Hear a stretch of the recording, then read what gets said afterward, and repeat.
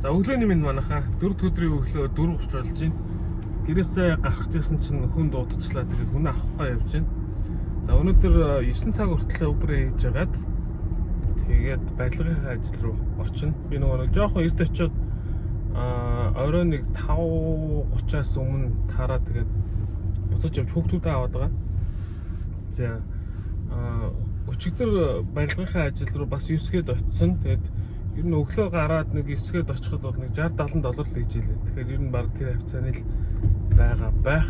Ашгүй харин яг гэрийнхээ хажуунаас хүн аваад харцлаа. Тэрийг очиж авъя. За тэгээд өнөөдрийн ажил маань амжилт хүсээрэй. Лайка дараарай, subscribe дараарай. Онгоцны буудлын дээр хүнээ буулгаад даунтаун ороод ирсэн. Даунтаун руу орж ирэхэд 21 минут болно шүү дээ. Ямар ч төгжрөл байхгүй. Тэгээд дараагийн үнэ. Би нөгөө дотоороо нөгөө тэмээний нөөсөн хантаа зүмссэн чинь ингээд дэшиг овоогоодох юм. Нөгөө сүүлийн 2 хоног нөгөө гадаа удаг хийгээд байгаа. Тэгээд гадаа жоохон сэрэг хүн болцсон. Жоохон даараад байсан. Тэгээд күртгээ яг нөгөө гадаа нөгөө барилга дээр өмсөх муу күртэг гаргаагүй байгаа. Тэгээд цамцтайгаа байгаа учраас жоохон даарсан. Тэгэхээр нөгөө тэмээний нөөсөн хантаа зовсчоод явж байна. За одоо нэг юм аваад гяс сонгосны буудлаар очиод ирэх. Төгжрлээс өмнө тий. Зя хөнөө болгоцсон. Дараагийн ажил руугаа явах гэж байна. Нойр үрч шүү. Надад ирчүүч хайрлаа ч гэдэг. За одоо дараагийн ажил руугаа 50 минут байна. Одоо 8:40 болж байна. Тэгээ өнөөдөр бол нэг 60-70 доллар хийх болов гэсэн чинь бас нэлээд байж шүү. 115 доллар өнөөдрийнх. Ингэснээр миний 7 хоногийнх 478 болж байна. Нэгд өдөр нэлээд ажилласан шүү дээ. Хоёр дахь өдөр муу биш 3 дахь өдөр муу ажилласан. 4 дахь өглөө ингээд 115, 3 дахь өглөө 69 доллар. Тиймэрхүү байна да. Дараагийн ажил руугаа явцгаая. Өнөөдөр бүтэн өдөржингөө бүтэн өдрийн ажил хүлээж байна. Тэгэхээр надад ирчвч хэрэгтэй байна. Нэг кофе уусан ч гэсэн сэрэхгүй байна. За явъя да.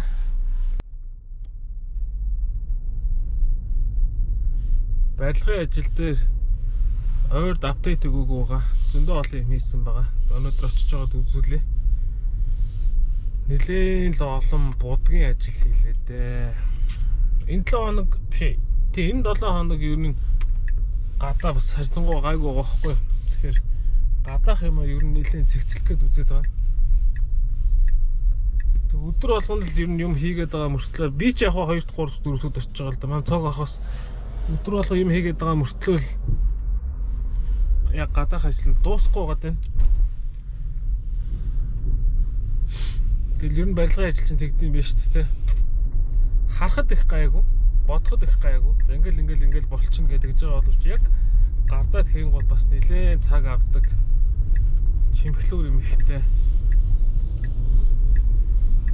Тэгээ одоо ер нь гол зорилго бол гадаах ажлаа нэлээд цэгцэлж аваад тэгээд дотор руугаа орох гээд байгаа.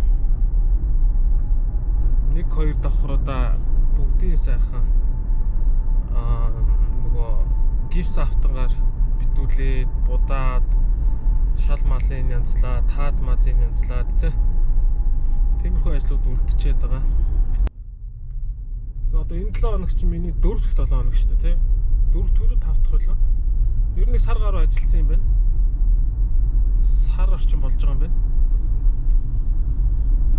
Ахад бол миний би ч сайн мэдэхгүй л байна л да, нөгөө дөнгөс туршлагагүй болохоор. Гэхдээ яг хөө зүгээр миний бодлоор бол ахад нэг баг 2 сар мар орчим ажил байгаа болоо гэж бодоод байх юм. Аль болох хурдан дуусгаад маркет дээр тавиад зарах хэрэгтэй байгаа. Оноос өмнө дуусах нь яах вэ? Дуусчул өгнө хэрэгтэй байна. Их сайн туршлага хөрөнгөлүүлж ин гэж бодож байна би л өөрийгөө. За тэгээд машин барьж байгаа учраас бичлэг хийх болъё доо. Явцгаая. За. Башин дээр ирсэн. Ерөнхийдөө доотл нь бол нэлээд цэгцэрсэн. За ингээ харуулъя. За энэ гэрэлтэй талаас нь харуулъя заа. Дээдлийнх нь будаггүй байсан нь ийм саарал өнгөтэй болсон байгаа. Гэхдээ арай бүтэн бодож дуусааг байгаа. Энэ нөгөө шүршдэг будагныхаа маань хошуун жоохон битүүрээд энийг янзлах гээд угаах гээд авцсан байгаа. За энийг болохоор ийм цайвар өнгөөр буутсан. Энэ өнгийг яаж гаргасан бэ гэхээр баахан будагны үлдэгдлээс аахгүй. Тэднийг нь хооронд нь холиод ийм өнгө гарсан. Ихтэй дүнг гаргасан чи ийм ягаан болоод за энэ ч арай биш өнгө юмаа гэд өөр нэлээд олон цайвар будагнууд хэлж байгаад ийм өнгө гаргаж байгаа. Энэ хамаагүй дээр байгааз. За тэгээд дээрэс нь одоо эднэрийг зайнуудын бөглөө тэгээд дээрэс нь будах хэрэгтэй байгаа. Энэ бүр ийм монгорхон модоор байсан шүү дээ. Гадуур нэм гифс авт хийцэн. За дээтэл одоо бол ерөнхийдөө нэлээд будсан. Энэгээр бас ингээд автангууд хийх хэрэгтэй байгаа. Тэрний өмнө одоо цахилгааны утас мутаснуудыг цааш нь бэхэлж тогтоогоод те энэ дээд хэсгийг бол будааг байгаа. Тэгээ энэ минийг будаад ирэхээр ингээд хамаагүй зэгцэр чинь энэ шом монгуудыг будаад ирэхээр. За өнөөдөр бол бас жоохон гадаа юм хийн. Ягаад гэвэл гадаа дулаахан байгаа. Би энэ чи хайч авах гэж орж ирсэн. За гадна талын хувьд гэх юм бол ерөнхийдөө нэлээд зэгцэрсэн. Бүх юм дээр нь будаг басан. Энэ дээр нөгөө нэг хөнгөн цагаанаар бүрээд одоо юу гэдэг нь жишээ татчих юм байна. За ер нь нэг иймэрхүү хөнгөн цагаанаар төмрөөр ингэж бүрнэгээ тэгжсэн. Гэхдээ тэр нь айгүйх цаг хугацаа орох гээд байгаа учраас болоод ерөнхийдөө яг янзлах хэвээр юмнуудын янзлаа тэгээд бодчих гэж ярьсан. Одоо энэ болон жишээлбэл янзлах хэвээр байна тий. Тэр дээдлээ бас янзлах хэрэгтэй байгаа. Тэгээ будаг хүрээгүй хэсэг гэх юм бол ингээд энд нэг жоох хэсэг байгаа.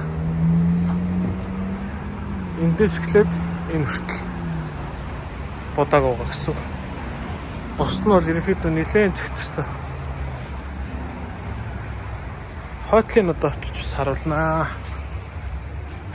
Өчигдөр нөгөө хойтлынхаа ийм байсан, ийм болсон гэж зургийг оруулсан ш та бүхэн харсан бах та.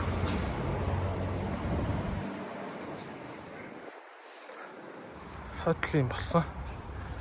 Энэ хэсгээр нэг тасарсан байсан. Энэ дээр нь юу тавьж байгаад, мод тавьж байгаад хан руу нь бэхлээд будаад те.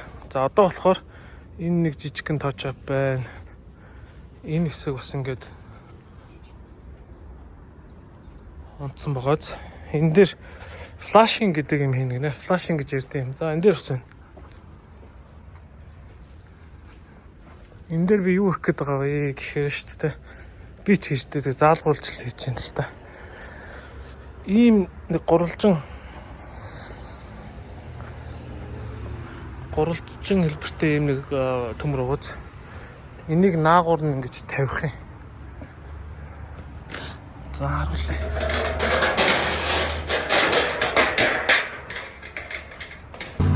Ерөнхийдөө нэг иймэрхүү байдалтай таглаад тэгээд дээгүүр нь цемент тавиад ингэж жоохон гурвалжлаад янзлж байгаа хгүй. За тэхийн тулд эхний хэлтэнд энэ хэсгийг ингээд тасдагчаар тэгшилж аваад зөвхөн наатлын гадрын хэсэг.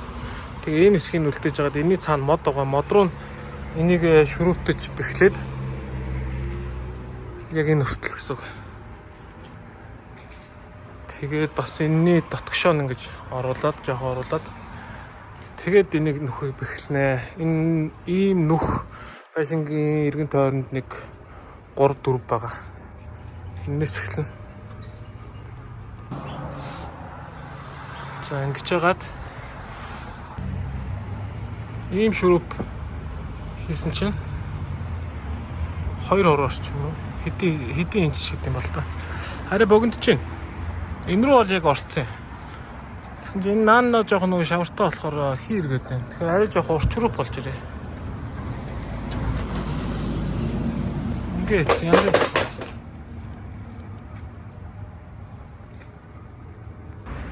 Энэ тэгвэл болох хэвээр. Нэрээ дээшээ нэш доошоо төгөлсөн зүг байсан баг тий. За энэ болсон. Одоо тэр хойно байгаа. Энэ нэлээ урт юм гэж. Надтайгаа энэ төмөр жоохон таарад яг л таарах юм байна да. Энэ хэсэгтээ ингэж хүрээд энэ хэсэгтээ иймэрхүүл таарч таарах юм да. Энэ амар зүгээр ерөөсөө ийм хаачаар хаачилчтэй юм.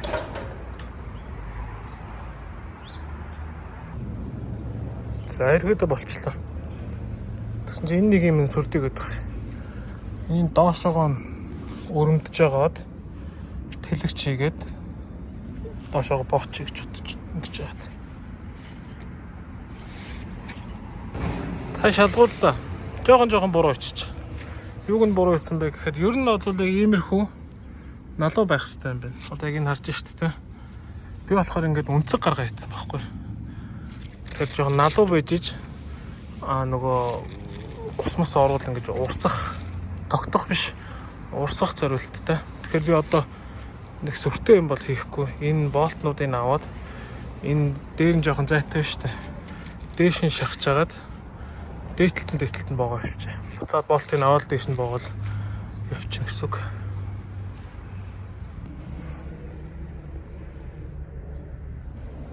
Эхлээд энэ хэсэг нь нэлээд шингэн зурч. Тэгээ буцаад өтгөлж жагаад тэгээ иймэрхүү болчихно. За өтгөн болсон ч гэсэн эндээсээ ингээд нурж унаад байгаа байхгүй сайн нийлэхгүйгээр. Тэгэхээр эхлээд энийг хатсны дараа нүгээр нь оруулсан ч болно гэж байна. Эсвэл нөгөө өөр бүгэлдэг нэг юм байдаг шүү дээ. Сэлэмчлөө тий. Тэрүүгээр бүгэлчж болно гинэ. Одоо ямар ч үсэн ингээд тэгшлээд болж байна да. Юу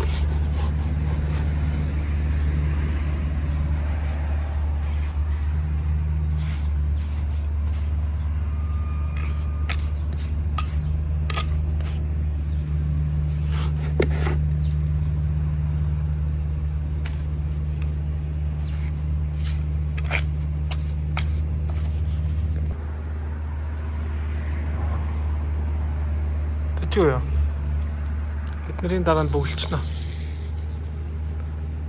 Одоо бүгэлчих гэхээр нөгөө энэ дээр наалтахгүй нурж унаадах юм. Тэгэхээр суурийн сайн тавьж агаад тэгээ дараа нь бүгэлчих гэж бодож байна. Энэ жоохон цемент үлдсэн. Энэгээр жоохон зайтай. Энэ бас зайтай. Энэ бас зайтай. Тэгээ энэгээр ишиг үлдсэн нэчнэ. Нөгөөдөг чинь болвол жоох юу атсан байгаа ш, жоохон зайтай. Тэгээ хатхыг хүлээж агаад ийм юмар ингээд бүгэлчихнэ. Тэгээ дээрээс нь будчихна, тэгэхээр гаргалчихна.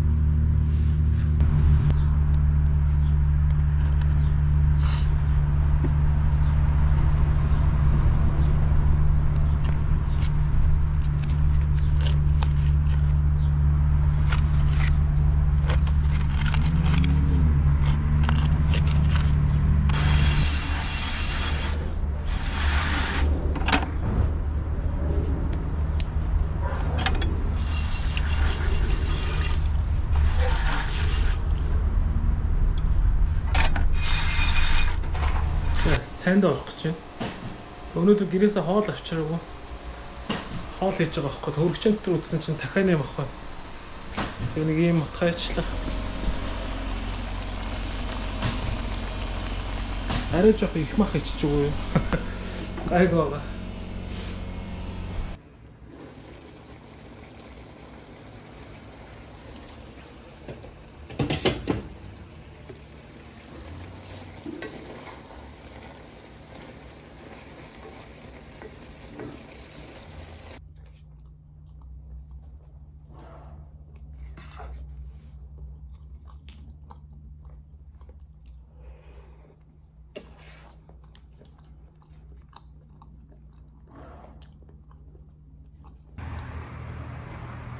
За энийг ингэж бөглөөд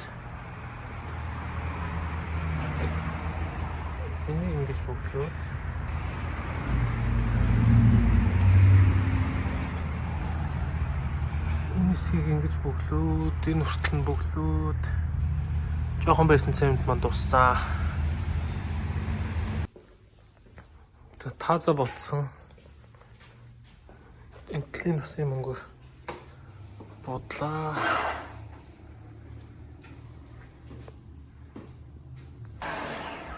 Одоо болохоор ерөнхийдөө энд байгаа юмнуудыг тэр бейсментийн болон руу тавина. Тэгээ энийгээ заачилж хагаад одоо энэ дотор ажилд орно гэсэн үг.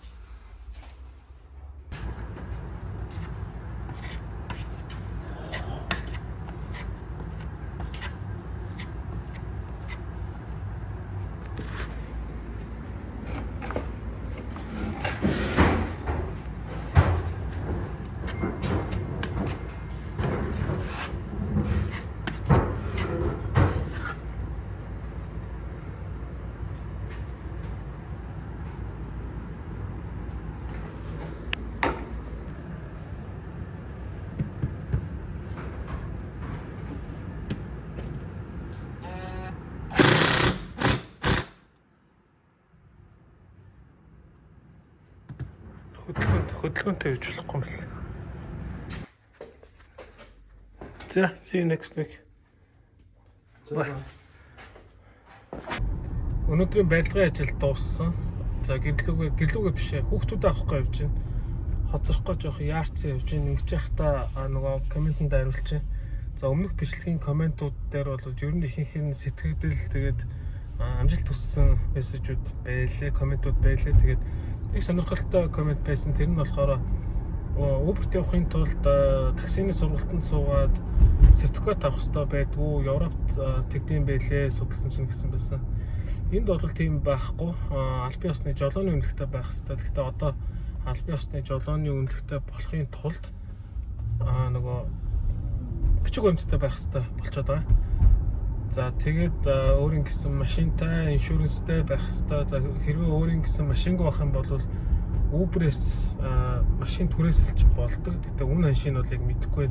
Ямар машинаас шалтгаалал янз бүр байдаг юм шиг байна лээ. За тэгээд тэр нөгөө Uber Black гэж байдаг байхгүй, арай жоохон luxury. Одоо ерөнхийдөө болвол нөгөө нэг том Chevrolet Escalade гэдэг машинууд байдаг шүү дээ. Тиймэрхүү Lincoln гэдэг тийм.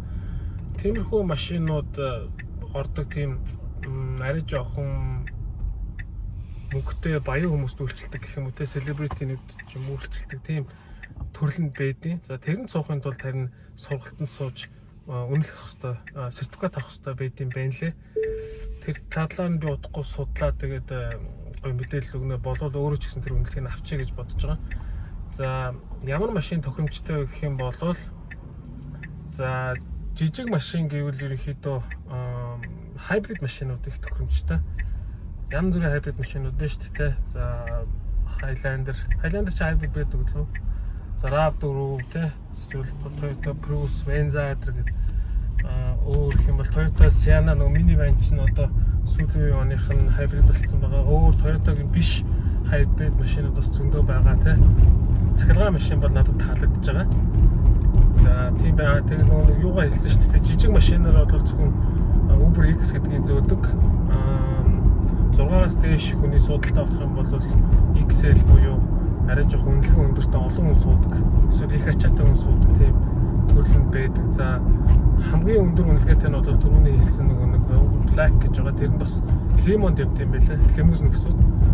Limousine гэхээр л нэг урт машин биш, ерөнхийдөө luxury машинуудыг хэлдэг байхгүй. Тийм байна. Тэгээд энэ удаагийн комментэд хариулахад юм байна. Та бүхэн YouTube-ийн бичлэгний доор нь комментуудаа бичээрэй. Би тэгээд дараагийн бичлэгээр хариултад явах болно. Та бүхэн бичлэг таалагдж байгаа гэж найдаж байна, таалагдсан байх гэж найдаж байна. Тэгээд лайка дараарай, коммент бичээрэй, subscribe хийгээрэй. Дараагийн бичлэгээр уулзлаа. Түр баяртай.